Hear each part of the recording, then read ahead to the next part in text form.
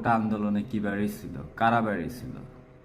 এর আগের বারে কোটা আন্দোলনে যারা কোটা কোটা কোটা কোটা করেছিল, কোটা দিয়ে খালি খোটা মেরেছিল, তাদের কি অবস্থা? কোটা নুরুর কি অবস্থা? কোটা নুরুর হাল দেখেও তো এবার একটু মানে মানে ক্ষমা দিতে পারেন, অন্য কিছু করতে পারেন। আন্দোলন করেন করেন, ঠিক আছে, I was really very board যে কি ব্যাপার, বিএনপি জামাত জঙ্গি দল এরা কোনো ধরনের আন্দোলনই করছে না, ঘুমায় ঘুমায় দিন পার করতেছি, কোনো এক্সাইটমেন্ট নাই, কিচ্ছু নাই। এখন ঠিক আছে আন্দোলন শুরু করছে না, আবার ঘুরে ফিরে সেই কোটায়, আবারও দেশ বিরোধী আন্দোলন, আবারও যোদ্ধাদের বিপক্ষে আন্দোলন।